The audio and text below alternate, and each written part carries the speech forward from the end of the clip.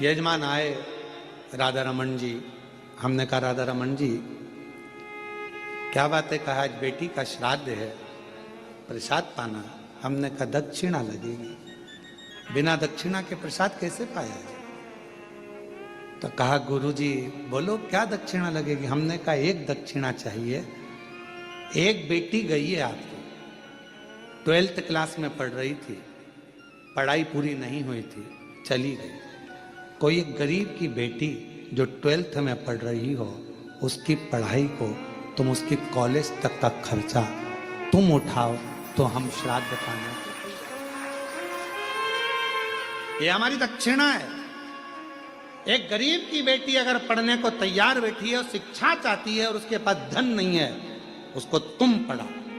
तुम्हारी बेटी गई ना, उसको अपनी बेटी मानो, उसकी शिक्षा का खर्चा उठाओ, पढ़ाओ उसको अपना मानकर पढ़ाओ, शिक्षा का खर्चा दो उसका। कहा गुरुजी आंख में आंसू थे राधा रमन जी के और कहने लगे आज लगा कि मैंने बेटी का सही श्राद्ध किया है।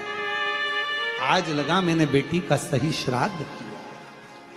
मेरी बेटी गई, मैंने दूसरे की बेटी को पढ़ाऊंगा, उसका कॉलेज तक विद्या अध्ययन कराऊंगा, और अगर मुझे भगवान ने उस लायक बनाया तो एक दिन उस बेटी का कन्यादान भी मैं अपने हाथों से कर दूंगा। इसको कहते हैं कि तुमने अपनी बेटी की जगह बेटी को संभाला। केवल एक ब्राह्मण को भोजन करा देना, श्राद्ध का भाग निकाल देना, यह मूल नहीं है। मूल यह है कि किसी के चेहरे पर आपके द्वारा प्रसन्नता आ जाए। और आज मैं कहूंगा नारखेड़े जी, पाटिल जी, मेरे को बड़ी प्रसन्नता इस चीज की कि जिस बेटी को उन्होंने पढ़ाया, नमिता उसका नाम है, और वो आज पटवारी बन गई है और पटवारी बनकर पटवारी का जॉब कर रही है। और आप मानेंगे नहीं, नारखेड़े जी कभी योग लगेगा तो मैं उसको मिलवाऊंगा आपसे, उस नमिता बेटी से, कि जिन्होंने उस बेटी को पढ़वाया उसकी मां नहीं थी, उसका बाप था केवल, और बाप दूसरे के यहाँ काम करता था। बेटी पढ़ गई, पिताजी के जो लड़का था 2-3 उसके बहुएं आ गई, पिताजी को रखा नहीं, तो वो जो दूसरे की बेटी थी उस बाप को अलग से मकान दिलाकर वो बेटी अपने पिता को वहां रख रही, जिसने पढ़ाया। ओरिजिनल बाप नहीं है, वो पिता नहीं है, पर उसका साथ है। श्राद्ध किसको कहते हैं? श्राद्ध का मतलब क्या है? आज दुनिया के लोगों ने केवल सोशल मीडिया पर श्राद्ध को हंसी का पात्र बना रखा है। एक बहन फोन लगाकर कहे कौवे को निमंत्रण देती है, कौवा कहता है मैं व्यस्त हूं, ये श्राद्ध है? हमारे सनातन धर्म की हंसी उड़ाने के लिए श्राद्ध है। पंडित को खाना खाते हुए दिखाया जाता है, बहुत पेट वाला हंसता हुआ, क्या ये सोशल मीडिया पर श्राद्ध का परिचय? कौवों की टीम बैठी हुई है छत के ऊपर और उसको दिखा रहा है कि ये श्राद्ध है। ये हमारा सनातन धर्म की हंसी है, इसको हम श्राद्ध नहीं कह सकते। श्राद्ध का मतलब है अपने घर में जो बुजुर्ग हैं, अपने घर में जो बैठे हैं, उनको दिल से आदर कर लो, सम्मान कर लो, तो ऊपर बैठे हुए बुजुर्ग स्वयं आशीर्वाद देना प्रारंभ कर देंगे, वर देना प्रारंभ कर देंगे। श्राद्ध का मूल ये है। और अगर कोई हमको श्राद्ध में अगर बुला रहा है प्रसाद खाने के लिए, तो हमारी दक्षिणा याद रखना, हमारी दक्षिणा याद रखो। क्या हमारी दक्षिणा क्या है? वैसे भी दक्षिणा के मामले में हम बड़े प्रसिद्ध हैं, सोशल मीडिया पर हमारी दक्षिणा बहुत चलती हो।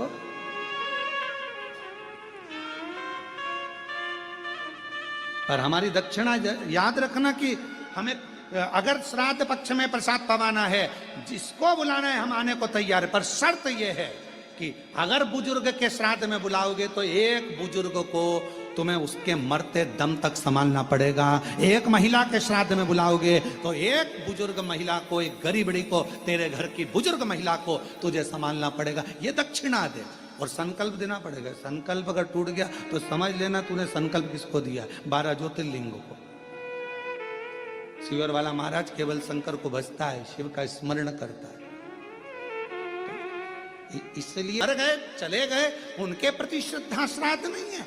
श्रद्धा वो, श्राद्ध वो जो तुम्हारे घर में बैठे हैं, घर में रह रहे हैं, बुजुर्ग हैं, माता पिता हैं, चाहे अपने पति के माता पिता हो, चाहे पत्नी के माता पिता हो, जो हो उनका आदर होना चाहिए। क्योंकि श्राद्ध पक्ष में आप लोग कभी गया जी गए हो या पिंडदान करा हो तो उसमें दो चीजें लगती है, एक पिता का पक्ष, एक माँ का पक्ष। इसलिए दोनों देखे जाते हैं। तुम्हारी पत्नी है तो उसका भी पक्ष देखा जाएगा, तुम्हारा पति है तो उसका भी पक्ष देखा है। दोनों के माता पिता का आदर करिए, दोनों के माता पिता का सम्मान करिए, दोनों के आदर पूर्णता का भाव रखिए, आपको सुख मिलेगा, आनंद मिलेगा,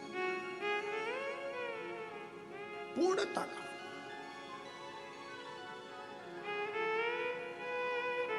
पति सोचे कि मैं अपने माँ बाप का आदर करूं, पत्नी के माँ बाप का नहीं, और पत्नी सोचे मैं अपने माँ बाप का आदर करूं, पति के माँ बाप का नहीं, तो ये पूर्णता नहीं मानी गई। ये दोनों का आदर, दोनों का सम्मान करें। माँ बाप वो भी हैं, माँ बाप वो भी हैं, दोनों का पूर्ण आदर के साथ में जो सम्मान होता है वही श्राद्ध का मूल।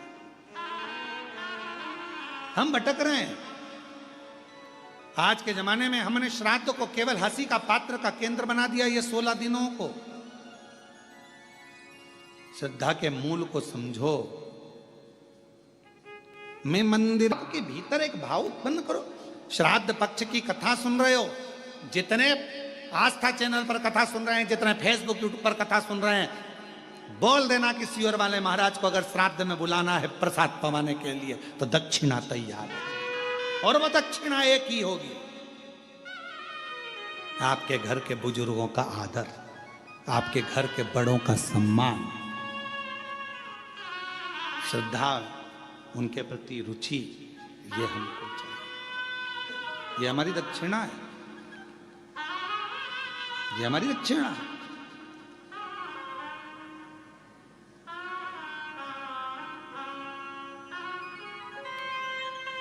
शिव तत्व को जानो। रुचि, शिव जी ने कहा रुचि तुमको क्या चाहिए? रुचि कहता है बाबा मेरा ब्याह करना है, शादी करना है। मैंने सुना है कि जन्म मरण प्रण तीन आपके पास में, आप विवाह कर सकते हैं। शिव जी ने कहा पर तुम्हारे पितृ तृप्त नहीं है। जब तुम्हें अपने पूर्वजों को पानी देना था, पिलाना था, तब तुम घर छोड़ गए। माता पिता तुम्हें ढूंढते रहे। होता है, एक लड़का जा रहा था मोटरसाइकिल लेके, उसने जो बुलेट चालू करी वो बम बम बम बम बम बम, जो उसने चलाना चालू करा, पापा ने आवाज लगाई, ए बेटा इधर आ। दौड़ के आया बेटा, ए बेटा रवि जा तो मुझे थोड़ा सा पानी ला दे बेटा, एक गिलास भर के, जा जल्दी से उड़कर।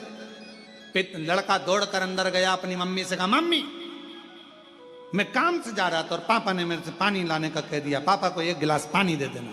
और बेटा दौड़कर बुलेट चालू करी, भम भम भम भम चालू करके भट भट भट भट भट भट भट भट।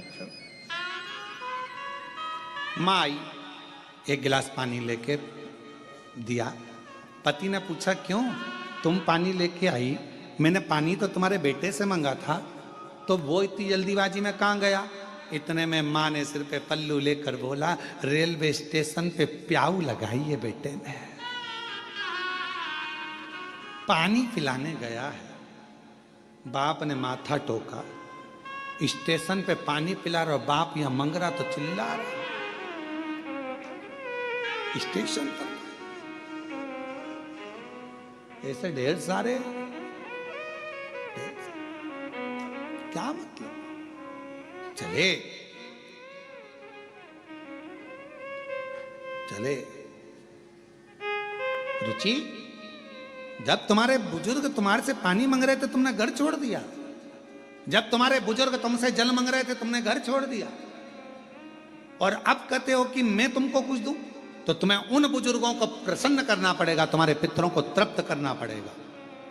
तृप्ति का कोई मूल साधन जिससे मेरे पितृ तृप्त हो जाए। हाँ, यदि श्राद्ध पक्ष के अंदर प्रदोष तिथि पड़े और श्राद्ध की प्रदोष के दिन यदि शाम के समय पर प्रदोष काल में एक 4 बत्ती का गाय के घृत का दीप लगाया जाए और 4 पितरों का स्मरण किया जाए।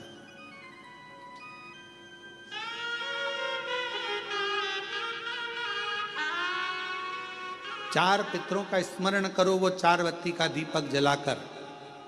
पहले अग्नि स्वधा पितर, दूसरे वर्षद पितर, तीसरे आज्ञ पितर और चौथे सोमपति पितर। इन 4 पितरों को नमन करो, प्रणाम करो और वो 4 बत्ती का दीपक या तो पीपल के वृक्ष के नीचे या मेरे शिवालय में जो प्रदोष के दिन अंकित कर देता है, जला देता है, प्रकट कर देता है। जो मन से मांगता है पितृ और शिव उसके भंडार कभी खाली नहीं करता, उसकी झोली भरा। कौन से दिन? श्राद्ध पक्ष में जो प्रदोष आए, प्रदोष के दिन प्रदोष काल में दीप प्रकट करने की बड़ी महत्वता है। आपने 16 दिन अगर ब्राह्मण को भोजन नहीं कराया है, 16 दिन अगर तुमने अन्नदान नहीं करा है, 16 दिन अगर कोई दान नहीं दिया है, तो भी यदि प्रदोष के दिन श्राद्ध पक्ष में जो प्रदोष आएगी, उस प्रदोष के दिन श्राद्ध पक्ष के 16 दिन के अंदर जो प्रदोष आए, प्रदोष काल में चौमुखी दिया 4 पितरों का जिनका नाम अभी वर्णन किया, उनका स्मरण कर कर यदि प्रज्वलित किया जाए तो उसका फल अधिक मिलता है। और जो कामना कर कर हम दीप लगाते हैं, वो कामना हमारी वर्ष भर पूरा नहीं होता और बाबा उस कामना को पूर्ण कर देता है, पितृ पूर्ण कर देता है।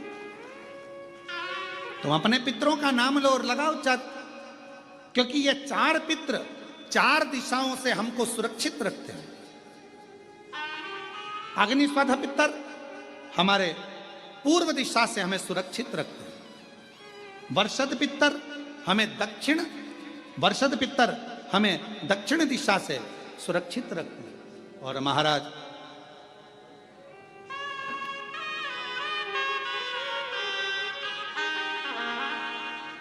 आग्नेय पितर ये हमें पश्चिम दिशा से सुरक्षित रखते हैं और सोमपति पितर ये हमें उत्तर दिशा से सुरक्षित रखते हैं। ये वो पितर हैं जिनका नाम लेकर यदि प्रदोष काल में प्रदोष के दिन श्राद्ध पक्ष में अगर दीप 4 बत्ती का घृत का लगाया जाता है, या तो शिवालय में या पीपल के वृक्ष के नीचे, अगर वहाँ नहीं लगा सकते तो तुलसी के पौधे के नीचे, उसके सामने, या बट वृक्ष के सामने, या आंवले के वृक्ष के सामने, या बेलपत्र के वृक्ष के सम्मुख में, कहीं पर भी अगर इस दीप को लगाया जाता है और शिव का नाम लेकर उसको प्रज्वलित किया जाता है, तो पितृ और शिव आपका कार्य सफल जरूर करते हैं और रक्षा जरूर करते हैं। हम तो यहाँ तक कहेंगे, किसी को स्वप्न आते हो, स्वप्न में भय हो जाता है, बच्चा एकदम रोकर उठ जाता है, चिड़चिड़ा हो जाता है, व्यक्ति के अंदर द्वेष उत्पन्न होने लगता है, क्रोध आने लगता है, बहुत ज्यादा टेंशन है, डिप्रेशन है, मानसिक चिंता है, उसको हम कहेंगे इस दीप को जरूर जला, उसको लगाना चाहिए। पितरों का नाम लेकर, 4 पितरों का स्मरण कर कर राजा रुचि ने अपने पितरों के निमित्तार्थ ये कर्म किया। तभी इस कर्म को जैसे ही करा था, करते ही राजा रुचि को जो चाहिए था वो मिलने लगा। सामने से एक नदी के सम्मुख से एक स्त्री, सामने से एक सुंदर अप्सरा ब्रह्मलोचना निकल कर बाहर आई और जैसे ही आई पूछा राजा रुचि ने, तुम कौन हो? कहा, मैं अप्सरा हूं ब्रह्मलोचना। आपने पितरों को तृप्त करा है दीप लगाकर, क्या चाहिए तुम्हें? मेरा विवाह नहीं हो रहा, कोई कन्या चाहिए। राजा वरुण की पुत्र की पुत्री मालती, जो तुम्हें इसी स्थान पर जहां तुमने शिव की आराधना करी है, शंकर की आराधना करी है, जहां तुमने पार्थिव बनाकर पूजन करा, इसी भूमि पर वो मालती का दर्शन होगा। उस मालती से तुम्हारा विवाह होगा और तुम्हारे घर में पुत्र रत्न की प्राप्ति होगी, तुम्हारा वंश बढ़ेगा और तुम्हारे पितृ हमेशा तुम्हें वर प्रदान करेंगे। बस वो मालती का प्राकट्य होता है और वरुण के पुत्र की पुत्री मालती का सम्मुख में आना, रुचि के साथ विवाह और दोनों का निवास करना। शास्त्र में भगवान कृष्ण गरुण से कहते हैं, गरुण पितृपक्ष में जो ये राजा रुचि की पवित्र कथा को श्राद्ध पक्ष के अंदर श्रवण करता है, भगवान कृष्ण कहते हैं ब्रह्मा विष्णु महेश और पितर उसकी झोलियां खुशियों से भर देते हैं। ऐसे राजा रुचि की कथा का वर्णन आता है। ये राजा रुचि की कथा है। राजा रुचि पितर केवल, कई लोग कहते पितर का दोष लग गया। नाना भाई, लोग केवल वर्णन करते हैं। कई लोग कह देते हैं कि शंकर भगवान को नहीं भजोगे, शिव जी को जल नहीं चढ़ाओगे, एक दिन जल चढ़ाओगे एक दिन नहीं चढ़ाओगे, शिव जी का शिवलिंग अगर घर में है पूजन नहीं करोगे तो दोष लग जाएगा, शंकर भगवान का दोष लग जाएगा। शिव कभी भी बद्दुआ नहीं देते। जैसे एक बाप एक पिता अपने बेटा बेटी को कभी बद्दुआ नहीं देते। अगर चिल्लाकर बोल भी देंगे अपनी बेटी को अपने बेटे को तो बाद में उसको वर ही देंगे, है तो बेटी ही ना, है तो बेटा ही ना। मेरा शंकर भगवान कभी बद्दुआ नहीं देता। बाबा इतनी करुणा करिए, इतनी दया करिए, दया। कोई कहे तुमसे कि तुम्हारे यहाँ पितृ दोष लगा है, कोई कहे तुमसे तुम्हारे यहाँ काल सर्प दोष लगा है, कोई कहे तुमसे तुम्हारे यहाँ वास्तु दोष लगा है, कोई कहे तुमसे तुम्हारे कुल देवी देवता का दोष लगा है। एक काम करा करो, एक चावल का दाना घर से लेकर गए, 16 दिन श्राद्ध में जब से कथा सुनी है उसी दिन उसी पल उसी घड़ी या दूसरे दिन से प्रारंभ कर दो। कोई कहे पितृदोष है, कोई कहे काल सर्प दोष है, कोई कहे वास्तु दोष है। एक चावल का दाना श्राद्ध पक्ष में साथ लेकर जाओ, घर से एक लोटा जल भर कर लेकर जाओ। पहले चावल का दाना शिव जी को समर्पित कर दो, उसके बाद एक लोटा जल धीरे धीरे बाबा का मंत्र उच्चारण करते हुए पंचाक्षर षडाक्षर या श्री शिवाय नमस्तुभ्यम बोलते हुए और अपना गोत्र बोलकर नाम बोलकर जल समर्पित करना प्रारंभ करो। धीरे धीरे आपको खुद लगेगा कि मेरे घर का सारा दोष समाप्त हो गया है, सारा दोष, सारा दोष समाप्त। पितृपक्ष में जितना शिव की आराधना कर सकते हो, नवरात्रि में जितनी शंकर की आराधना कर सकते हो उतनी करो। शंकर की आराधना करने से नवरात्रि में शक्ति का बल बढ़ता।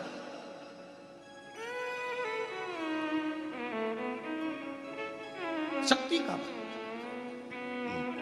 क्यों गुरुजी नवरात्रि में शंकर जी की आराधना क्यों करना चाहिए? हमने कहा अगर माता रानी से जो मांगना है तुम्हें, अगर तुमने नवरात्रि में शिव जी की आराधना करिए, शंकर की कथा सुनिए, शंकर की आराधना करिए, शिव स्तुति करिए, शंकर को एक लोटा जल चढ़ाया, मां आद्य शक्ति तुम्हारे पर कृपा करेगी। क्यों? क्योंकि जिस स्थान पर शिवलिंग रखा होता है और जो हस्त कमल है वो माँ पार्वती जगत जननी दुर्गा भवानी है। जब हम जल चढ़ाते हैं माँ आद्य शक्ति अम्बा जगदम्बा 64 योगिनियों पर वो जल चढ़ जाता है और जगत जननी नवरात्र में प्रसन्न हो जाती है। वो जल की इतनी महत्व।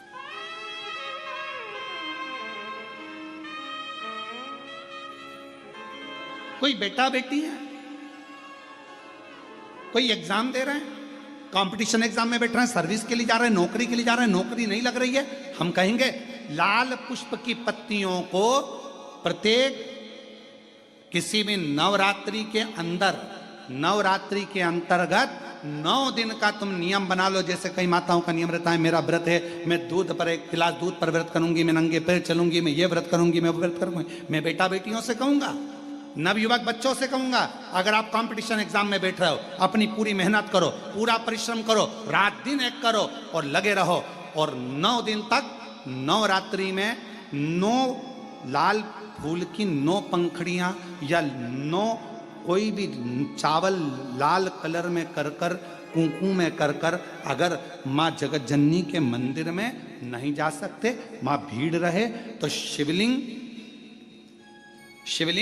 की जो जलाधारी है जहां पानी गोल घूमता है, इस जलाधारी पर कहीं पर भी नवरात्रे में 9 दिन तक या तो लाल फूल की पंखड़ी 9 या 9 चावल के दाने लाल कलर कर कुंकू में, लाल चंदन में उस स्थान पर चढ़ाना प्रारंभ करो। 9 दिन के बाद तुम्हें 15 दिन और निकलेंगे, उसके बाद तुम्हें खुद लगेगा कि तुम्हारी जॉब, तुम्हारी नौकरी तुम्हारा बाबा ने लगाया है। शक्ति का बल, परिश्रम जरूर करना, मेहनत जरूर करना, रात दिन पढ़ाई एक साथ करना और अपने परिश्रम को नहीं छोड़ना। मेहनत जरूर करो पर साथ में ये प्रयोग भी करो। नवरात्रि का देखो शिव और शक्ति का बल तुम्हें प्रसन्नता देता है कि नहीं देता। शिव शक्ति का बल हमें प्रसन्नता देता है कि नहीं देता।